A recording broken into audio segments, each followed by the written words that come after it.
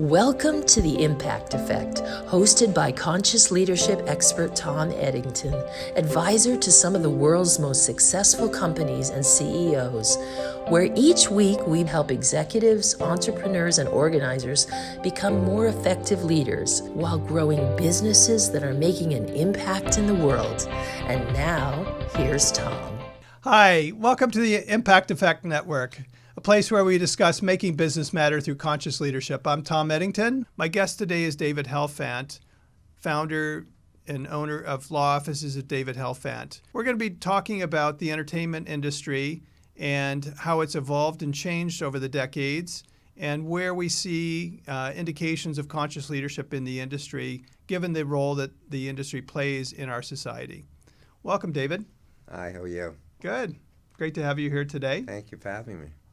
I'd love to start our conversation by just talking about your personal journey, your professional journey. Sure. You and I talked briefly before we got started today about conscious leadership, and what I've found in my work and my experience is that folks tend to come to that place from a couple of different perspectives. Either academic interest or maybe spirituality will drive them to a curiosity around conscious leadership, or they have a health crisis. You and I both have shared the journey of a health crisis and helping inform and shape our way of showing up in the world, our way of being as conscious leaders. And I'd love to just share a little bit with you about and discuss what led you to being a conscious leader and how you're showing up in the entertainment industry. Sure.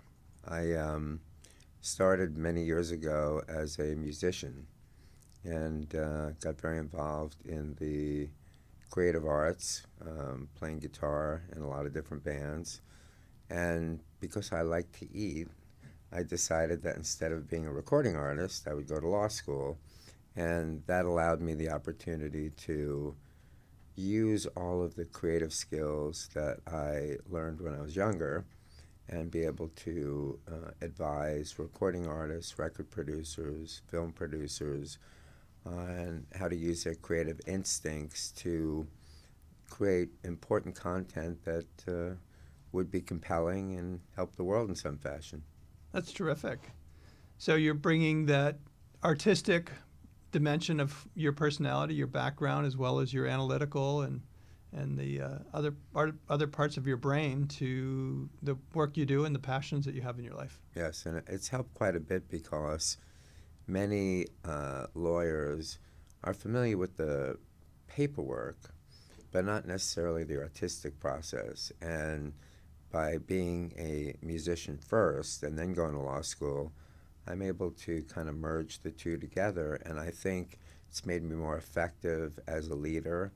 And also, it's allowed me to understand the journey of my clients better. And I suspect there's a level of empathy and a level of compassion you bring because of your own personal experience as an artist starting out. Yeah, it's kind of the left brain, right brain thing. Right, right.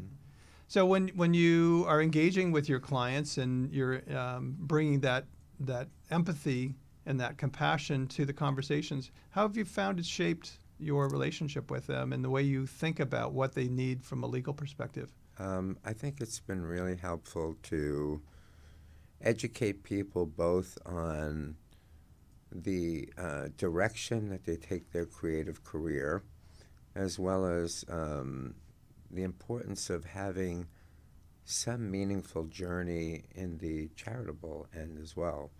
One of the things I always ask my clients is, what charities or what causes impact you the most, and use that as a way of implementing and building your brand to not only become more successful, but also to have some impact on the world from a humanitarian standpoint. And what's their reaction when you're asking them that question? People are actually very receptive when I ask that. Sometimes they don't have a charity, and I have to kind of lead them a little bit. But I think it's really important to, particularly as you get more successful, have something that you can give back to the community. And I'm guessing that's the last conversation they expected to have with their attorney. It could be. But I do think that it allows the public to embrace what they do better. Mm-hmm. Yeah. And how have you found those conversations go once they actually find a charity, they get behind it? Are they coming back to you, thanking you for the way it's impacting them as an artist and as a human being? I think they do. I think it allows them to better understand how to help people and how to have their art benefit society in some fashion. Yep. So when you're working with your clients, how do you bridge the gap between the legal aspects, dimensions of what's needed for them and the artistic dimensions of who they are as a person? I think they're pretty well merged. I think in order to be successful at what you do, you have to have, the way I describe it, the merger of art and commerce. Yeah. Yeah. How do you have an effective brand while at the same time making some positive impact on the world? Yeah. I always say to people, 20 years from now when you're gone, how do you want people to remember you? What contribution did you make to society besides just making money? And what's the reaction when you engage in those conversations? Really? Why are you asking me that? But does it take a while for them to move in that direction, or? I think once they get over the initial shock of the question, I think they realize the importance of it. And ultimately, depending on the path that they take, becomes incredibly rewarding to them. And what do you find happens as they're going through that evolution of that initial conversation to maybe getting behind a single cause? Do they just go deep into a specific issue area? Do they then start, sort of a peanut butter effect of getting involved in lots of different issue areas and lots of different causes? I think people normally have one or two passions that really drive them. For me, I'm a cancer survivor, so I look at the world differently because I've, faced that challenge and coming out the other side. When you survive a life-threatening illness, you really kind of think about the things that really matter in life. I had a lawyer say to me one time, if you didn't do as much charity work, you'd be a lot wealthier. And I actually said, no, I'm actually wealthier because I do the charity work. Yeah. Yeah. So it's all a matter of what feeds your soul. Yeah. I mean, for me, when I think about wealth, we've got a very narrow definition of wealth in our society. It's about how much money you have in your bank account. Right. Right. And wealth is, I think you and I both share, has a much broader definition that really feeds the soul. That's what's really important, what really matters. I mean, I actually feel blessed because I go into work every day and like what I do. And I think that probably half of the people in society drive to work and they dread that drive, going, oh my God, and they're constantly looking at the clock. And I could work 24/7 and feeling rich by it. Yeah. Yeah, the metaphor I often use with my clients is that folks wake up in the morning and consciously or subconsciously they start trying to figure out what parts of themselves do they unpack. Right. And while they're brushing their teeth, getting showered, getting dressed, having breakfast, doing the dishes, going out the door, by the time they've arrived at the workplace, they're 40, 50, 60% of their entire self. Mm-hmm. And all of their colleagues are 40, 50, 60% of themselves. Right. And it's no surprise that workplaces oftentimes can be dysfunctional. Mm-hmm. And I would be a foolish individual if I didn't take my own advice and think about the contributions that I can make along the way. So in October of last year, I was asked to be the chairman of the Guitar Center Music Foundation, and I wasn't quite sure how much time commitment that would be, but I agreed to take on the task. And probably about a month into the role, my executive director looked at me and he said, the last guy that was the chairman of the foundation ran it for 7 years. You've done more in 30 days than he did in 7 years. So it's about passion. So let's talk a little bit more about your journey before we get into some of the other areas. So moving or transitioning from being an artist to attorney and then cancer battle, survivor. How were those points in your life? I mean, it must have absolutely shaped how you're showing up in the world today. Absolutely. And I also, my first job in the entertainment industry was working for a law firm, and the two senior partners of the firm, in addition to practicing law, also did personal management. And one of them was the manager for Johnny Carson, and one was the manager for John Travolta. And so that really impacted me early in my career. You knew you needed a client named John. Both from the standpoint of the ability to be successful in business, but also being part of the creative process of the industry. And so about 4 years into my journey in the entertainment industry, I opened up my own management company. And I started producing videos and records and managing performers. And, you know, as I said, I try and talk to my clients about the impact they have. And so at the time I was managing Jennifer Love Hewitt, and we had recorded a song called Please Save Us the World. And I decided, which was kind of a crazy idea, that I was going to go to the United Nations and offer it to the Global Youth Forum and use that as a vehicle to make money. And so I took my own cash and I funded a music video, and we premiered the video at the United Nations during the Global Youth Forum. Yep. And it was incredibly rewarding, and it not only raised money for the United Nations, but on a personal level, it felt really great to do something for the environment with children. And what impact did it have on her? Well, I don't think she had ever done anything quite like that before. And I think it was a really unique and rewarding experience for her as well. I think at the time she was maybe 14. Yeah. So let's shift gears just a little bit and talk about Hollywood and the music industry and the film industry.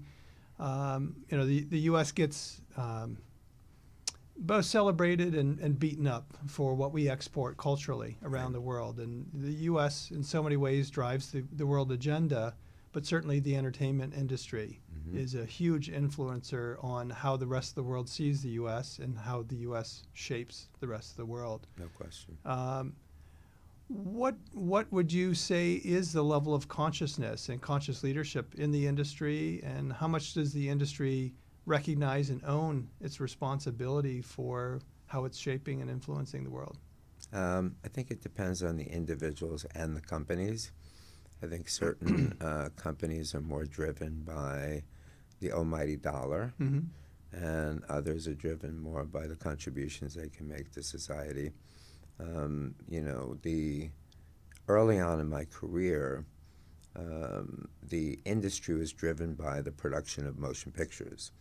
And as the internet and streaming services have had a more and more significant impact on the industry, in the early days, if you would talk to an actor and say, hey, how would you like to do a TV show? That was like the kiss of death. And now they'd rather do TV shows than films. One, it's easier to get finance, but more importantly, because you don't have the same restrictions that you do on network television, the content is a little more compelling. Yep. And it has a greater impact because it's broadcast on a worldwide basis, and you can get to more people quicker rather than having to buy answer prints and ship it to theatrical exhibition houses. Now all of a sudden you put it up on a streaming service, and anyone anywhere in the world can view it in real time. Right. So what do you think are the forces that are driving what Hollywood does? I mean, certainly Wall Street has an influence. The sponsors, the advertisers have an influence in shaping Hollywood. Washington attempts to at times, and certainly uses Hollywood as their, the organization, the industry they want to beat up on. But what are your thoughts on what's shaping and influencing Hollywood? Well, I think most recently what I've noticed is music programming has become more and more important. Recently with the success of Bohemian Rhapsody and A Star Is Born, all of a sudden music documentaries and music biopics are really driving, the streaming services' demand for content. And it's actually changed the business model, particularly for record companies. Yeah. In the late 60s and early 70s, the sale of recorded music was the #1 revenue stream. It outperformed television, motion pictures, and video games. And now if you look at the numbers, it's last. And so what's happened, I had a meeting recently at one of the major record companies, and I was pitching them on the release of a soundtrack album for a documentary I was working on. And they said, we don't really care much about the soundtrack, but we'd love to produce the documentary with you. And I said, well, why is that? And they said, well, we just started our own film and TV division. And, they still think of themselves as an entertainment company, Yeah. but the revenue streams that are now generated from audiovisual content clearly outperforms the sale of recorded music. And so it's changed the business model dramatically. Yeah, it's remarkable. Never having worked in the industry, it's remarkable to me to look at how, whether it's the technology influences on both music and film, but also the various platforms that are available because of those technological changes, Right. viewing habits, listening habits. Mm-hmm. Can you share a bit more about the industry, where you see it going, and where Sure. consciousness and conscious leadership will be helping to shape and influence the industry?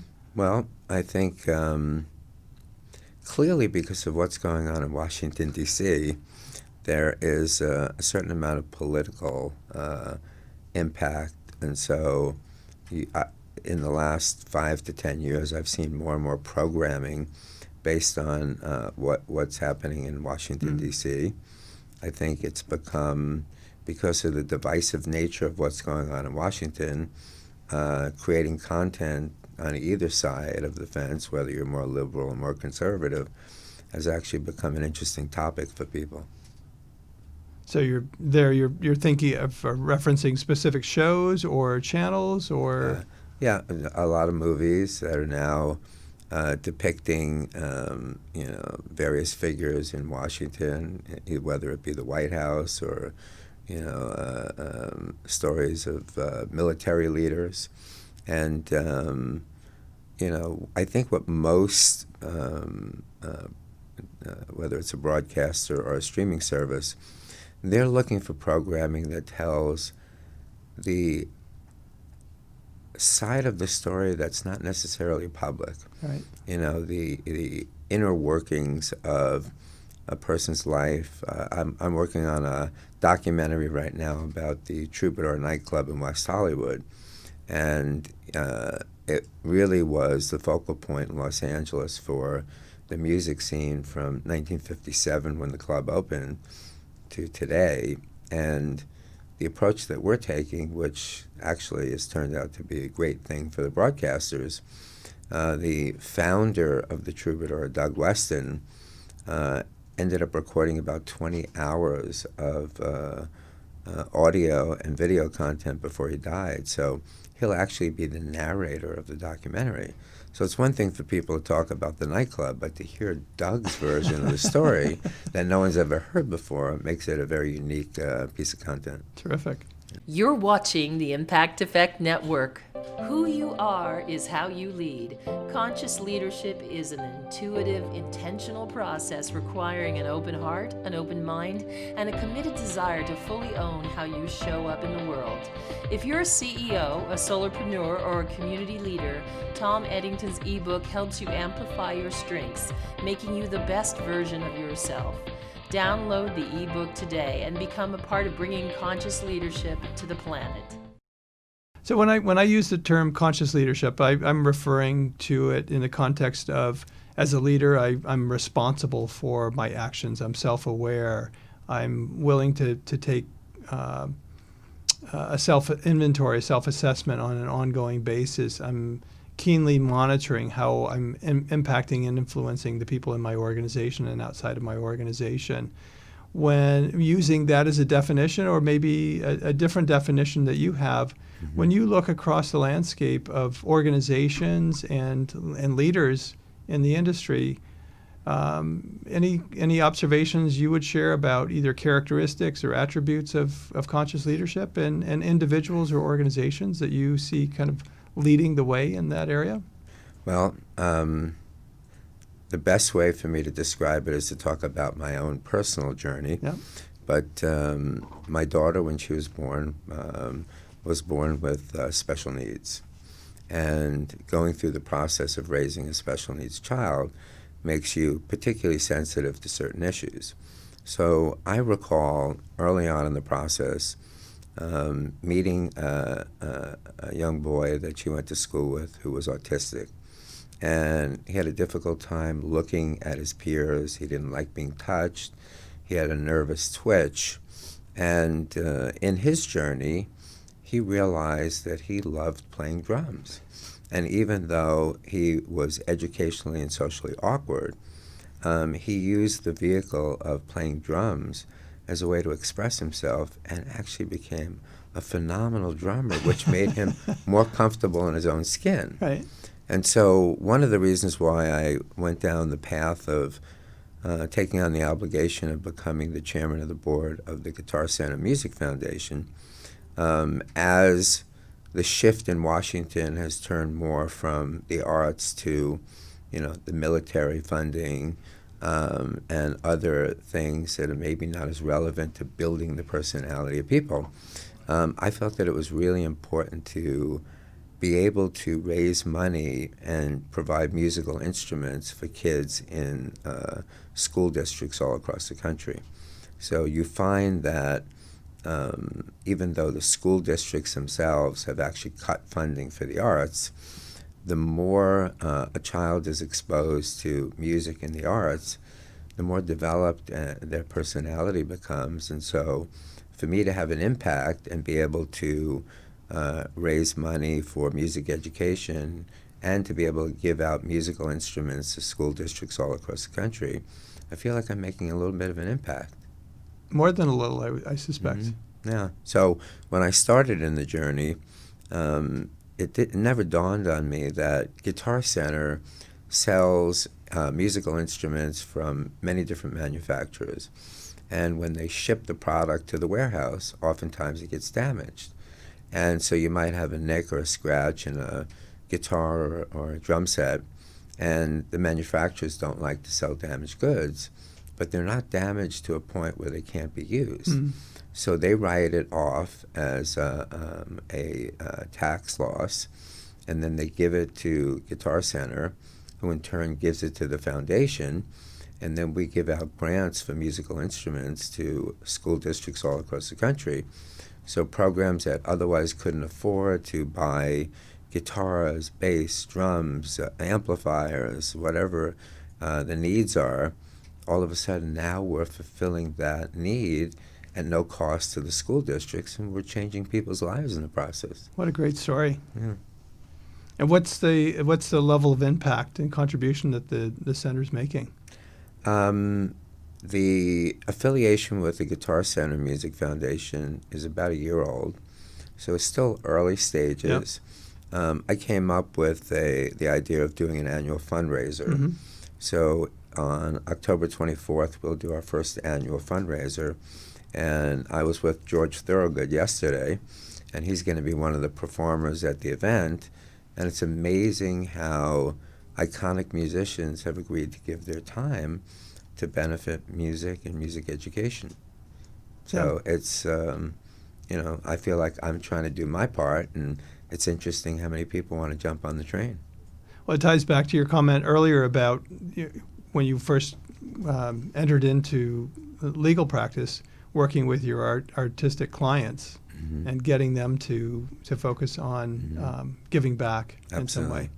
And if you lecture people on giving back and you don't do a little bit yourself, then you're kind of foolish. Yes. So how do you see that shaping the industry and the consciousness of the industry?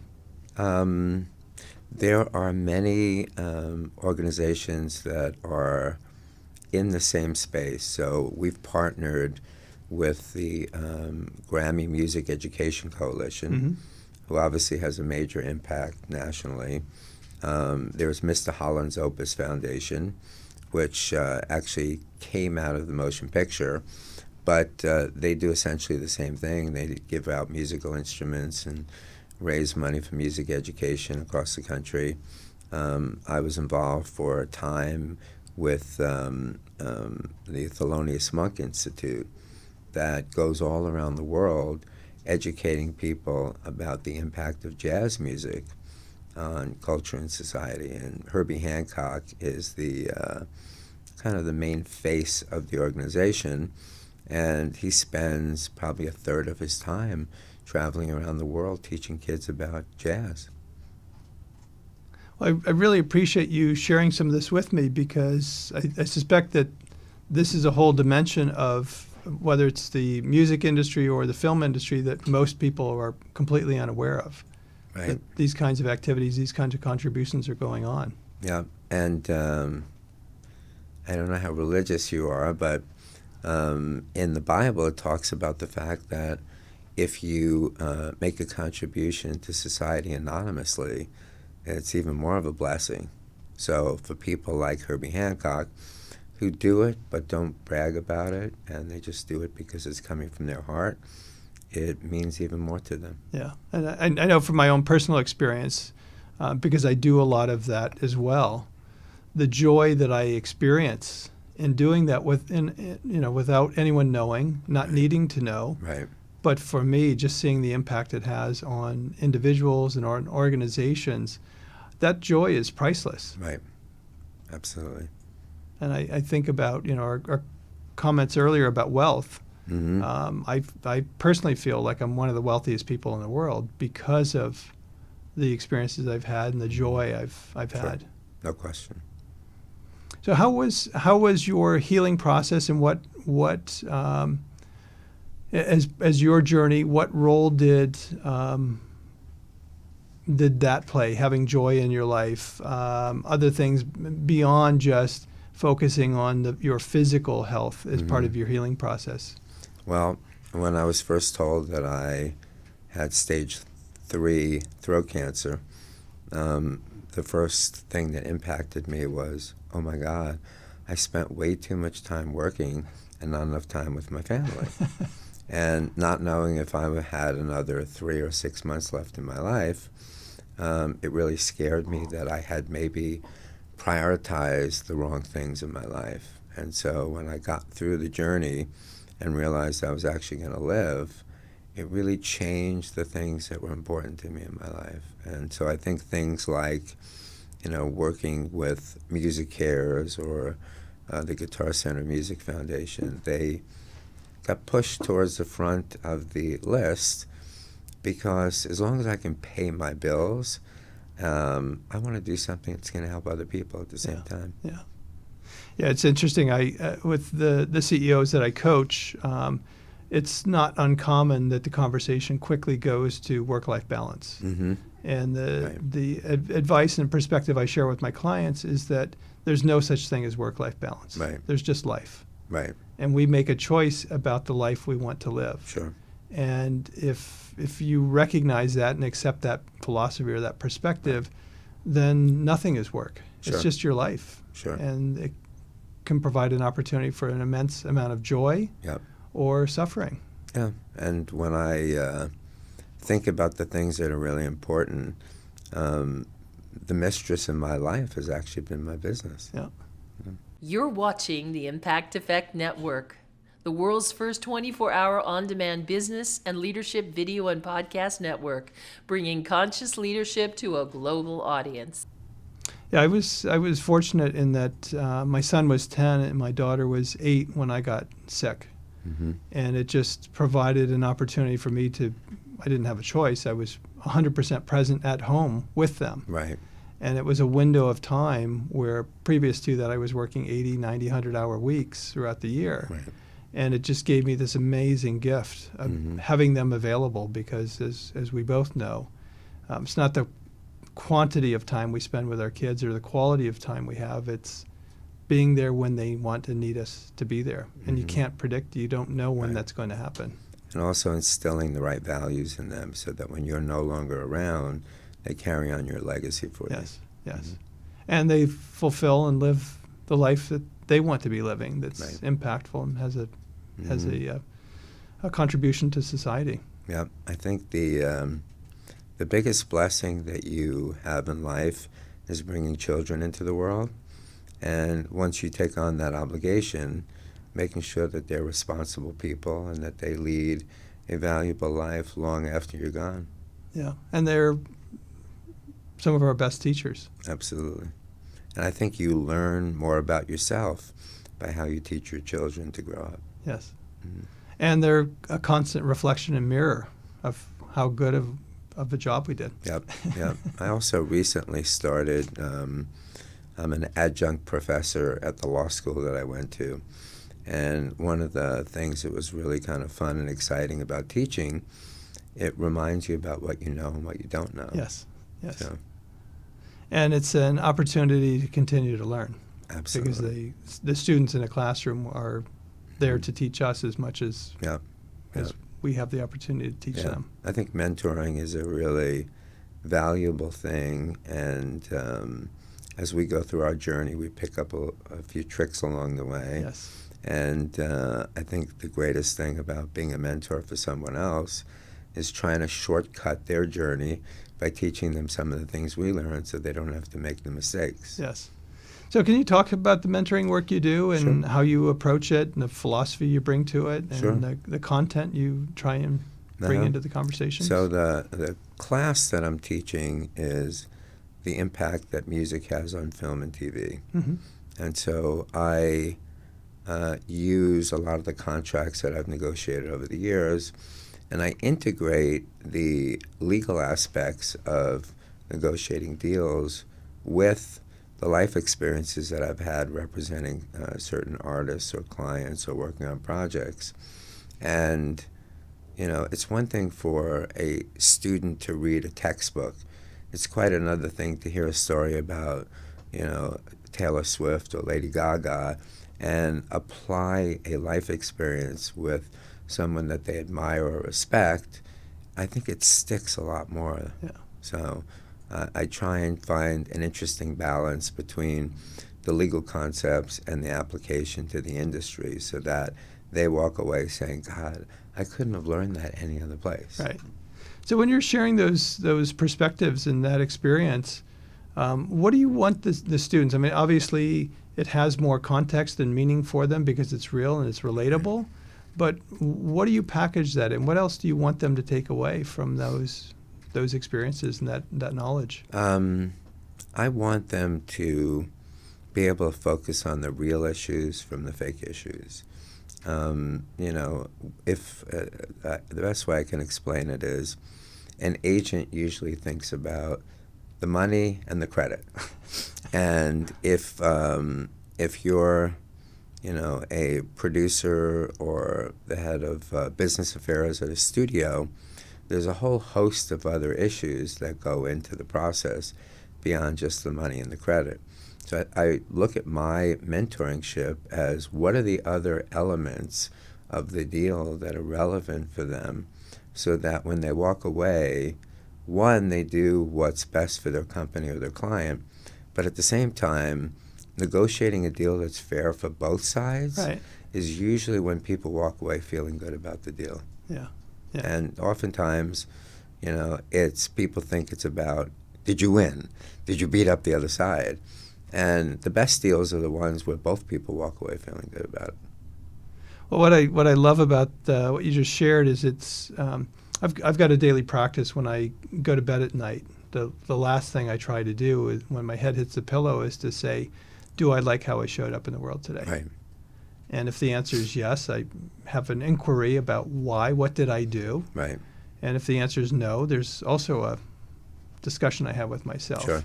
And this isn't a protracted exercise, but it's. And your wife thinks you're crazy for talking to yourself at night?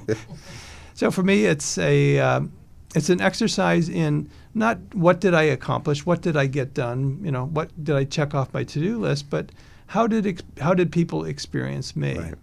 and what was the impact I had in the world. Sure.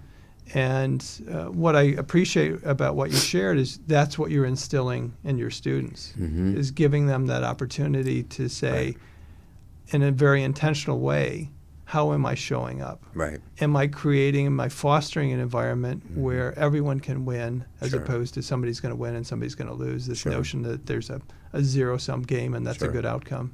And in the context of the law school that I went to, one of the things I find very rewarding is that when students go into the practice of law, they're trying to find their lane and what's relevant for them.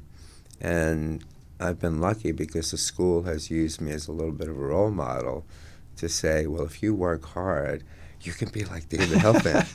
And so for me, trying to give them the insights of what I've learned over the years hopefully makes them a better person and a better lawyer. Yeah. And so it's very rewarding. Well, that's terrific.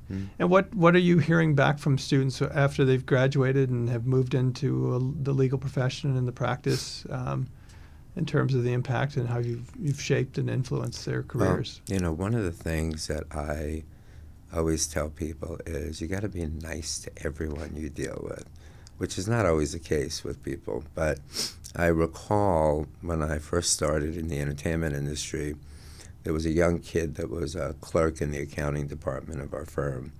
And none of the other lawyers in the firm would go out to lunch with him because he was just a little clerk.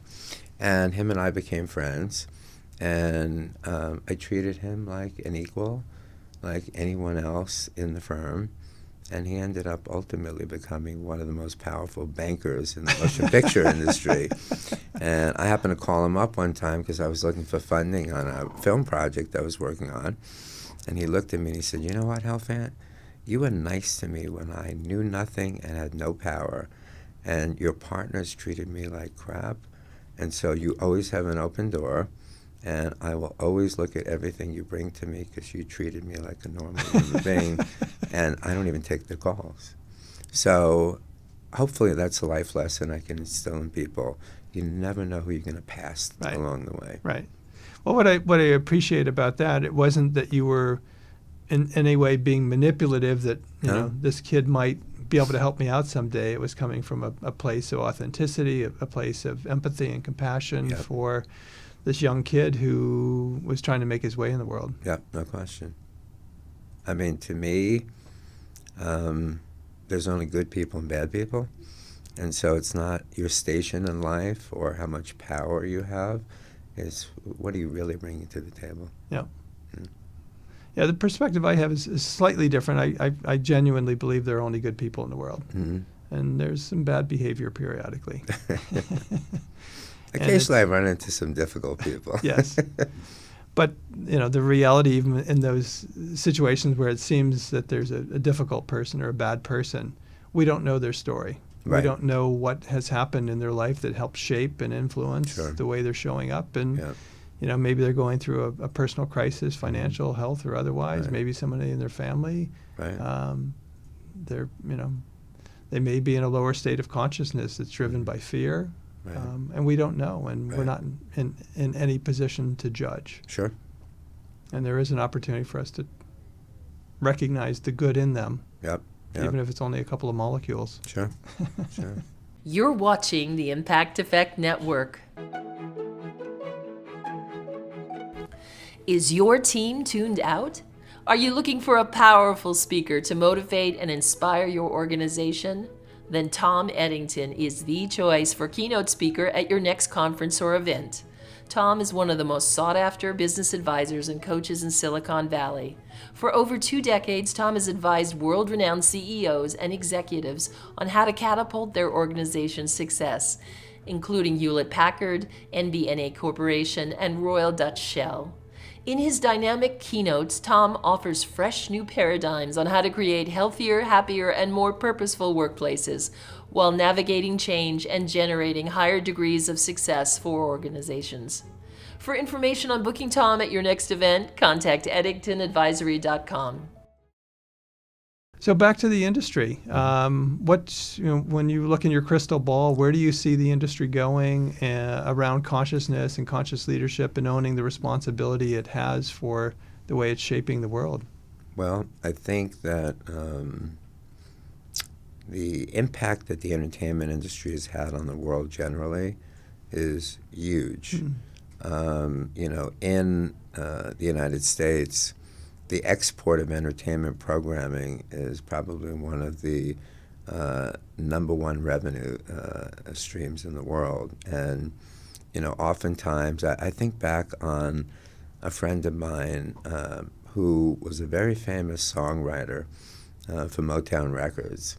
And Berry Gordy always used to tell him, you can't go to Europe because people in Europe don't know anything about your music.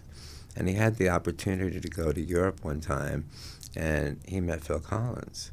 And Phil Collins said to him, "Oh my God, I've been a huge fan of your music my whole life. R&B has influenced everything I've done in the business."